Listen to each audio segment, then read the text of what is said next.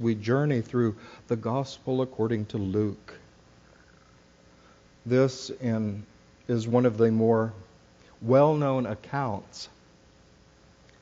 And through this experience that comes to Jesus, he makes it a teaching point, as we might call it today. He leads people into a greater understanding, a greater realization, not of rules, but of love. One of the Pharisees asked Jesus to eat with him, and he went into the Pharisee's house and took his place at the table. And a woman in the city, who was a sinner, having learned that Jesus was eating in the Pharisee's house, brought an alabaster jar of ointment. She stood behind him at his feet, weeping, and began to bathe his feet with her tears and to dry his feet with her hair. She continued kissing his feet and anointing them with the ointment. Now when the Pharisee who had invited him saw it, he said to himself, "Now if this man were a prophet, he would have known who and what kind of woman this is who is touching him, that she is a sinner." Jesus spoke up and said to him, "Simon, I have something to say to you." "Teacher," he replied, "speak." A certain creditor had 2 debtors. One owed 500 denarii, and the other only 50. When neither of them could pay, he canceled the debts for both of them. Now which of them will love him more? Simon answered, "I suppose the one for whom he canceled the greater debt." And Jesus said to him, "You have judged rightly." Then turning toward the woman, he said to Simon, "Do you see this woman? I entered your house. You gave me no water for my feet, but she has bathed my feet with her tears and dried them with her hair. You gave me no kiss, but from the time I came in, she has not stopped kissing my feet. You did not anoint my head with oil, but she has anointed my feet with ointment. Therefore I tell you, her sins, which were many, have been forgiven. Hence she has shown great love. But the one to whom little is forgiven loves little." Then he said to her, "Your sins are forgiven." But those who were at the table with him began saying among themselves, "Who is this who even forgives sins?" And Jesus said to the woman, "Your faith has saved you. Go in peace."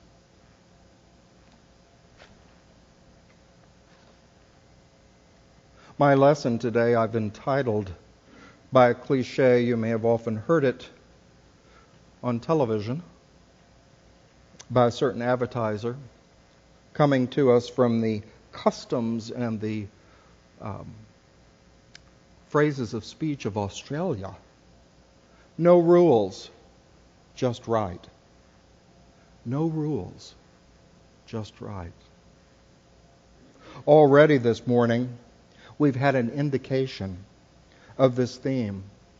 First, from our daily word. I really appreciate those who prepare the daily word, because they always seem to first check with me and see what my lessons are going to be on Sunday, and then they write the daily word accordingly. Well, my friends, there is a little mystery behind that in how it's done. It's not sleight of hand or good coordination. It's sort of like, on occasion, many a minister will find that after a service is over, individuals will come up and say, "Oh, you wrote that lesson just for me." So I invite you all to tell me that afterwards. That's fine. That's encouraging. But it's part of the same truth. You see, when we are attentive, when we're paying attention, when we're really striving towards something such as a lesson or the daily word, we become open to a greater picture, the great picture of God's good creation. And as a result of that, the lesson, the daily word, the experience seems to be custom made for us. But you're the one that's doing it. You're the one that is drawing the good, meaningful experience to yourself by your desire to listen, to pay attention, either to me or to whatever is going on in your life. You're really listening. You're seeking God. You're seeking the good in it. You're seeking Spirit at work. And you know what? You find it. You behold its activity. And then that situation becomes highly charged, highly meaningful. And you go up to Reverend Stacey after church and say, "You wrote that lesson just for me." This wonderful story, this encounter that was described in the Gospel of Luke, Jesus uses parable or a symbolic story to reveal a truth. And I wanted to kind of get you prepared because in July, all my talks that month are going to be based around the parables, these symbolic stories that Jesus told. Don't worry, I'm not going to try to do all of them in July. We'll just take some of my favorites and work with them. But in today's parable, we have this wonderful encounter of this woman. She saw such good in this prophet that she set custom aside, she set rules aside. She entered the Pharisee's house where she knew very well that she was not welcome, that she wasn't living a way that was within the rules, was within the customs as the Pharisee saw it. He made very clear that this woman was a sinner. She was not welcome. She was an outsider. She didn't fit. But in her determination and her single focus, she managed to get into this dinner party and to honor Jesus and to recognize the healing power, the power of truth that he was demonstrating, that he was revealing to those who would what? Pay attention and listen. Now Jesus told that interesting story to Simon the Pharisee. He said, here we have two individuals. One is in great debt, and one is in a small debt. But the master in charge forgives both debts. Who is more grateful? Who is more appreciative? Who is more loving? Well, the Pharisees, he got the point of the parable. He said, well, the more grateful, the more appreciative, the more loving is the one who had the larger debt forgiven. That makes sense. But what we don't know is if he applied the point of Jesus' story to himself, and whether he realized that perhaps in his dinner party, in this situation, perhaps rules might be set aside and this woman respected for her great appreciation, her great devotion, her great honoring of this new prophet, Jesus, in their community.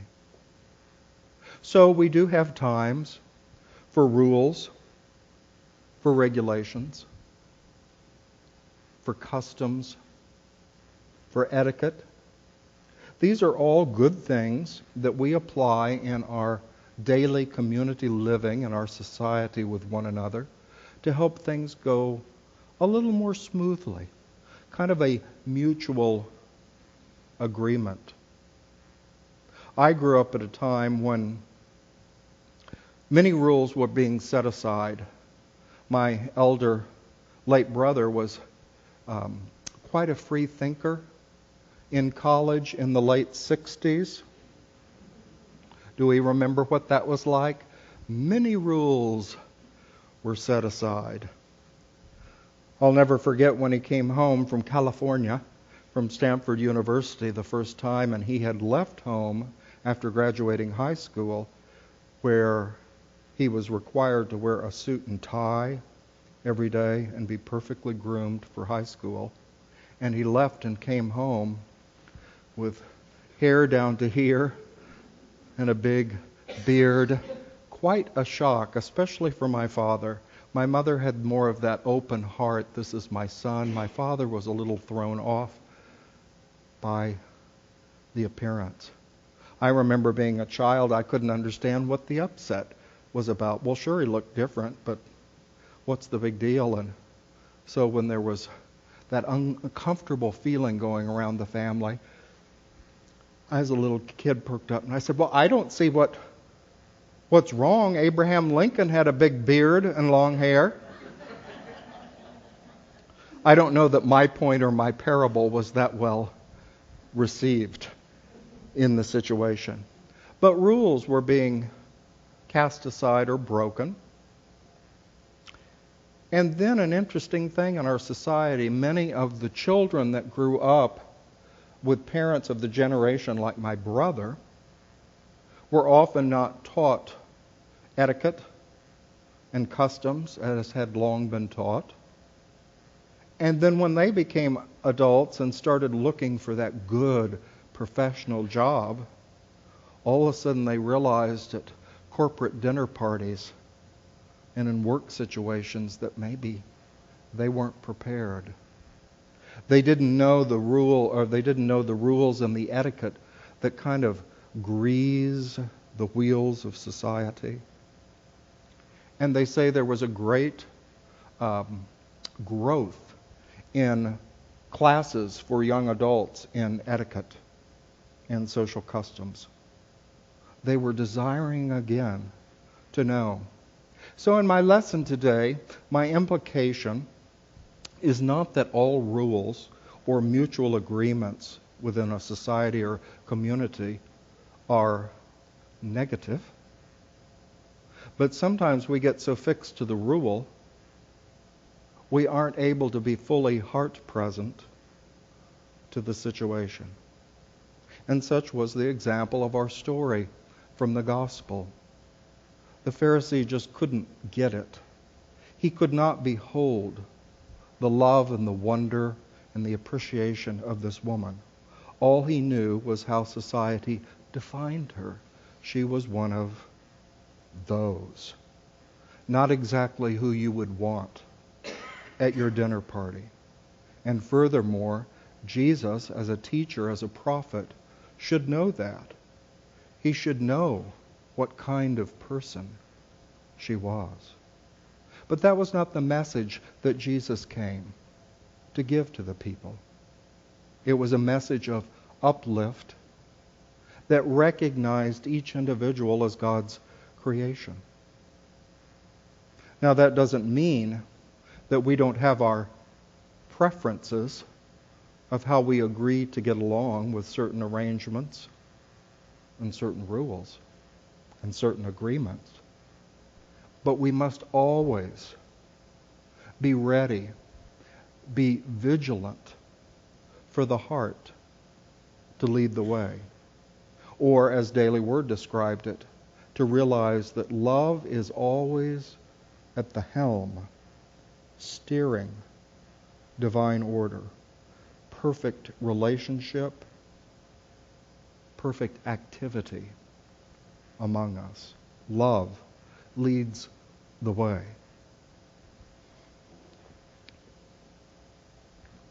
Now, I'm going to take a really odd turn here, and I ask you, to stay with me. As an example or a demonstration, you may or may not be familiar with this remarkable thing that was developed just a few decades ago called a hologram. Now, if you've ever seen one or heard tell of one, it's an amazing process where they capture the light field in which objects are present. And as a result, instead of having a static image that we might have in a photograph, if I were to give you a photograph of something, the best way to see it is to position yourself with the photograph in the same way that the photographer positioned himself or herself with the original object. Then you see through that photographer's eye the object in its right perspective. A hologram is different.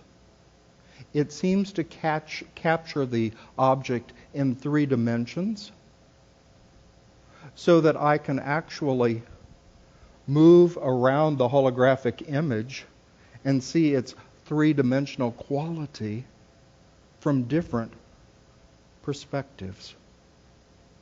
It seems more real, more fully present.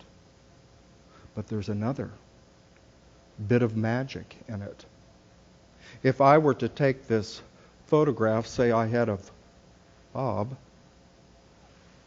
and I tore it in half, I'd have half a Bob on this piece and half a Bob on this piece. In other words, I would have torn the image in half, or even more, and each piece would be like a jigsaw puzzle. You know, to have part of the image on part of the piece. But with a hologram, if I were to take the holographic plate and break it in half, this 3-dimensional image of Joe, you know what happens? The whole Joe is in each piece.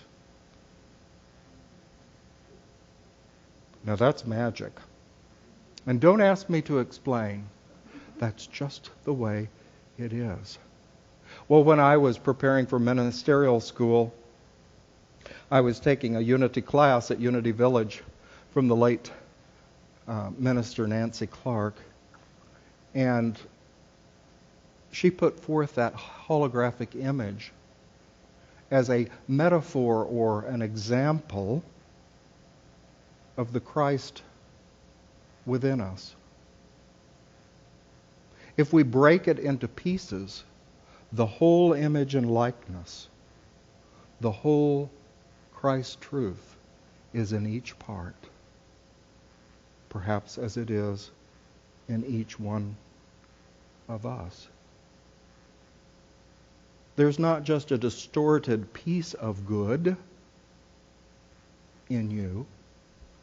There is a complete image and likeness of good.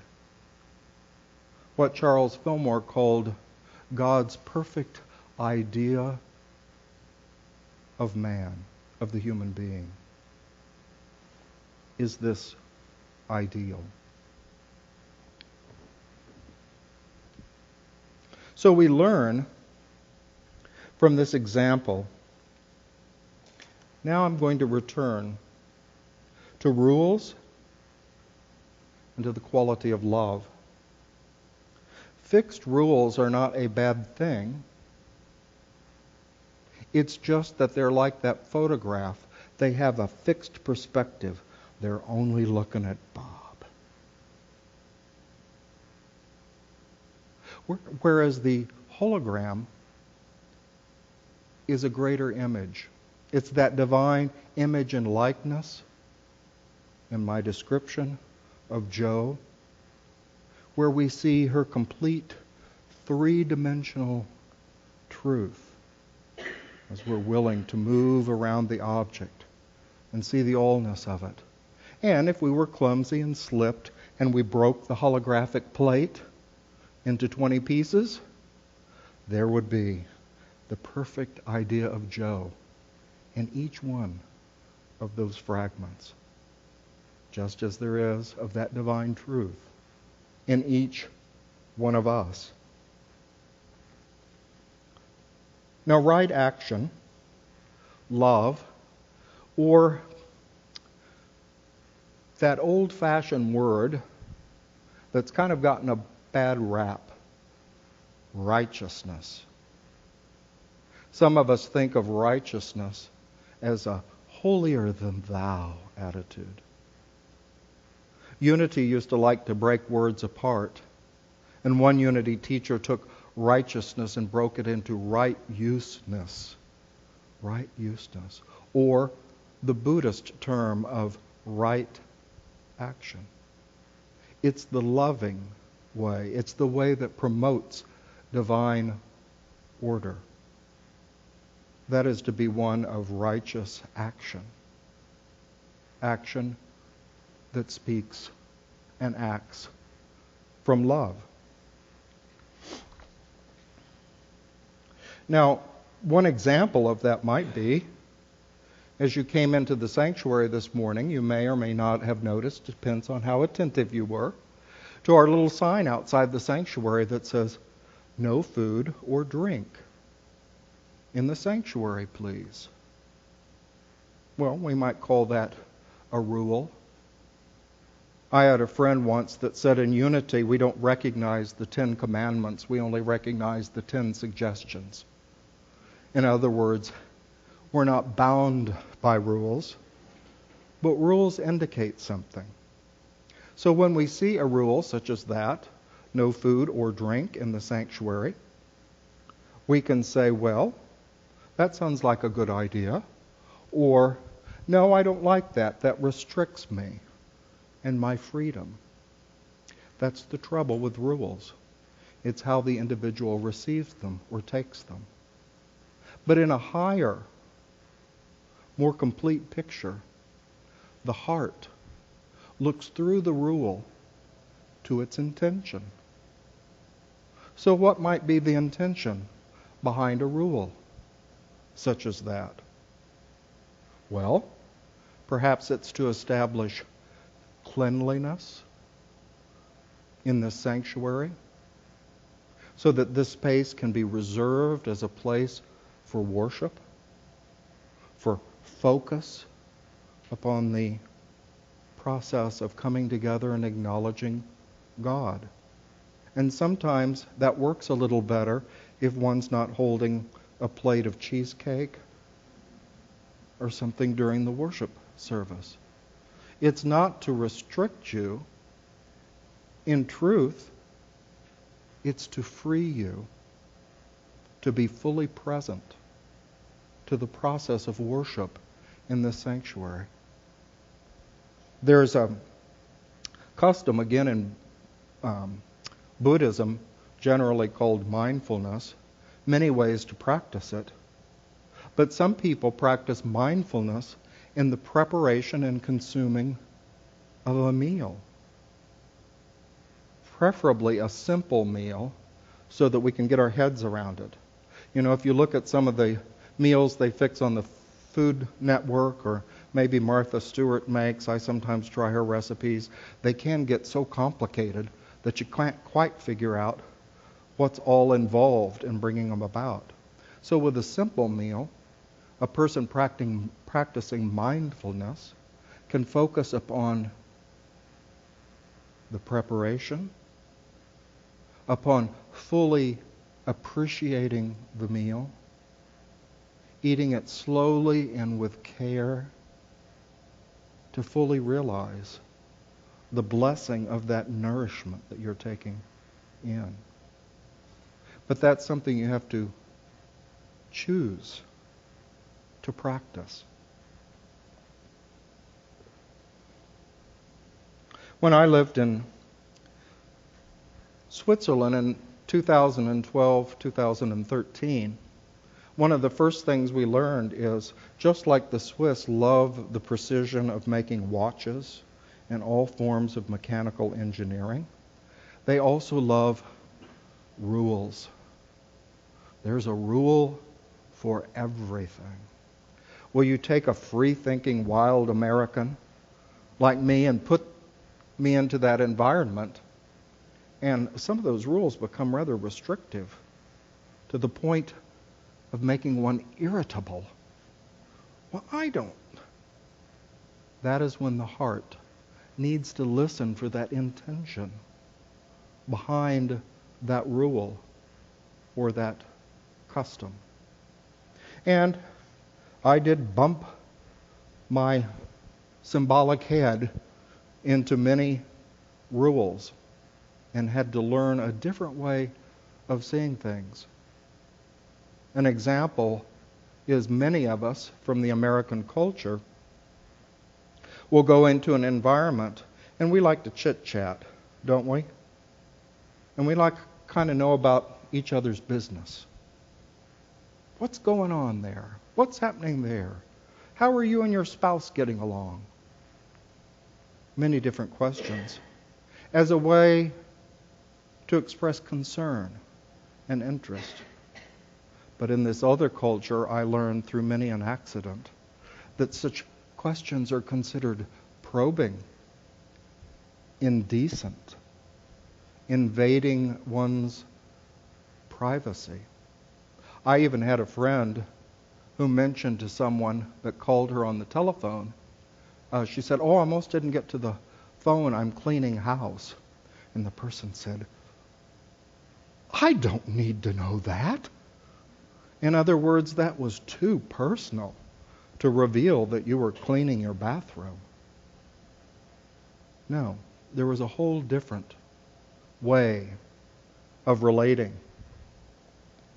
But eventually, when I began looking for the intention, what was behind that rule,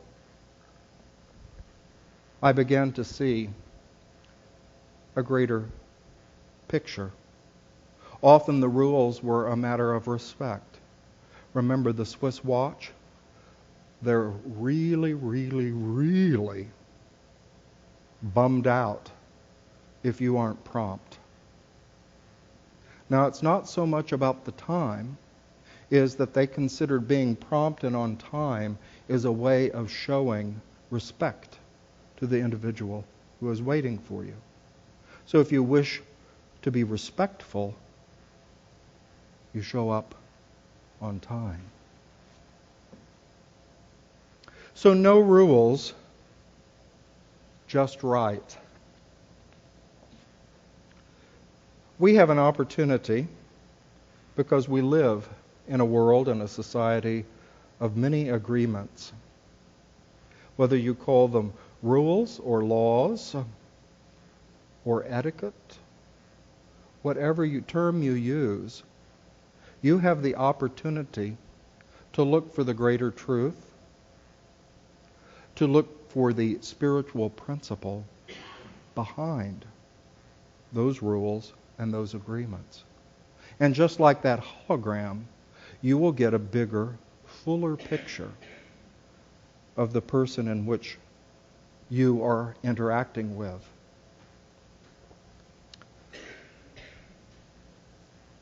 Now I want to take an opportunity before time gets away from us and anyone of Swiss heritage might have a word with me afterwards about being mindful of time, that we take an opportunity to enter a period of meditation where we allow ourselves to look beyond the rules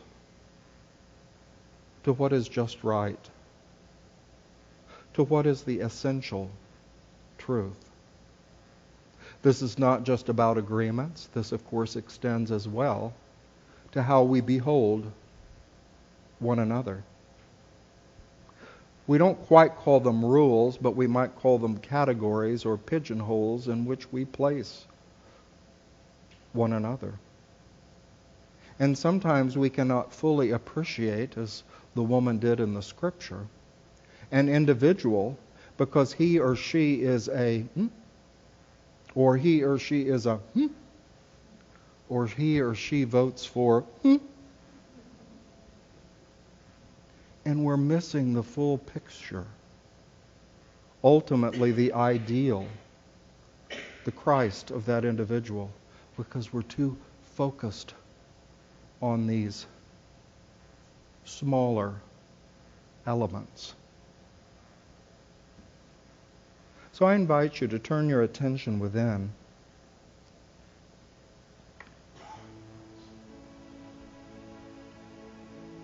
And you can practice this experience in many ways. But turn your attention away from the outer world to the inner silence of your being, and call to mind a situation in life, perhaps at your workplace, in your home, in your neighborhood, maybe at school.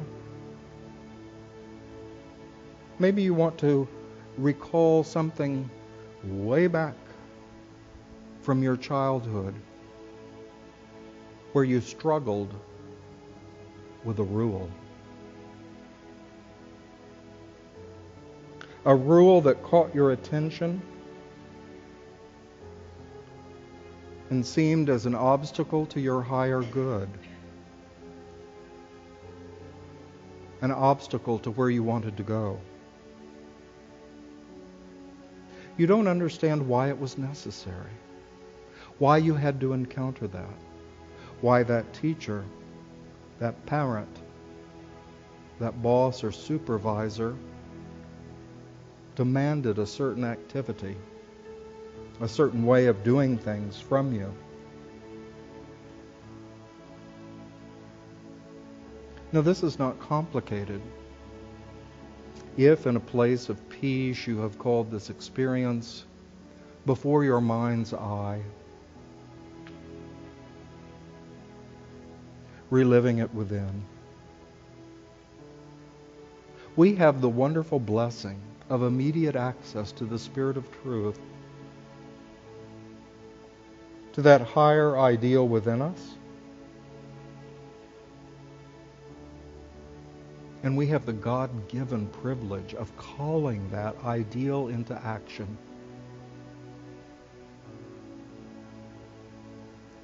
Asking the Spirit of truth to reveal,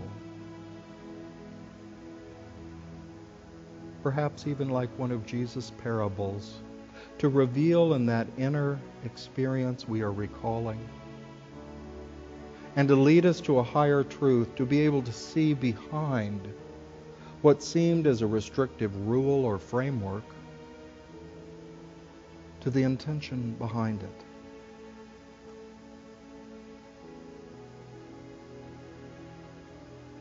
What was possible in that situation for us to learn? Perhaps we learned it, perhaps we have yet to learn.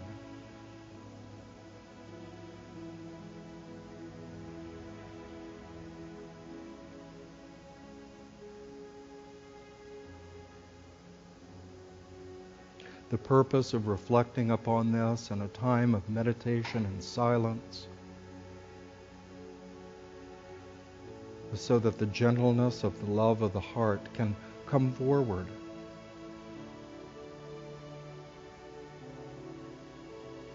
And help you see the bigger picture.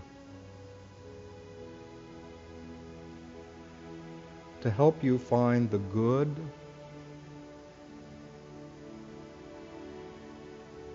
within that struggle you're recalling.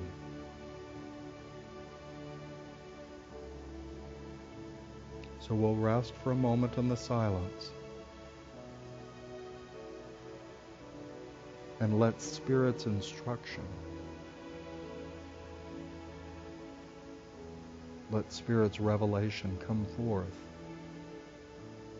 from your memory.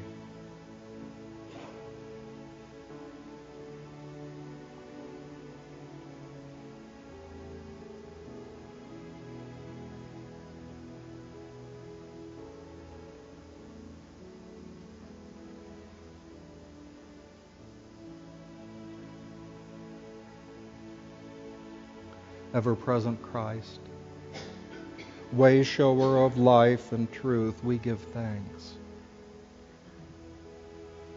that your desire is always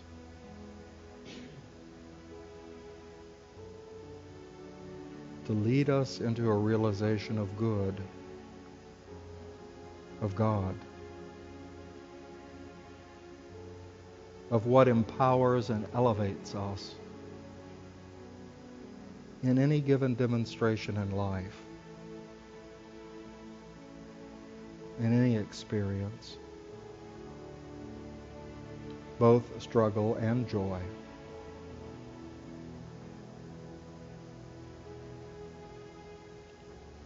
And I invite you now to gently allow your attention to return to your outer senses in the sanctuary where we are seated among friends, and to give your silent thanks for this blessing, this realization within. And as we close, I want to give you your homework assignment. Some ministers call it a call to action, but let's don't fool ourselves. It is a homework assignment. This week, I invite you to look for a rule that attracts your attention, a custom, some form of etiquette, some sign on a wall, something that attracts your attention, and notice if it kind of gets your back up. Well, I don't know about that. Something about it gets your attention. And then later in your day, when you have a little time, sit in a quiet place and recall that and reflect on why it might irritate you. Perhaps it reminds you of a difficulty in the past. But try to get behind it, to its intention.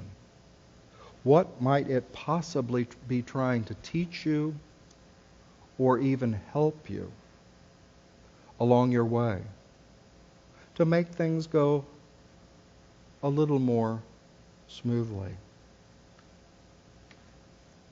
Because as you do that, you will be glimpsing an ideal or a higher truth. You'll be allowing, as Daily Word says, to allow love to be at the helm, to allow love to see the greater picture. This rule, this custom, is not about restricting you. It's not about imprisoning you. It's about setting you free. Because it gives you a little resistance to your behavior, a little guidance, and it allows you to see beyond that rule to what you can learn, the bigger picture that you can see in the situation. And that, my friends, will help you in your vision, your perspective on one another.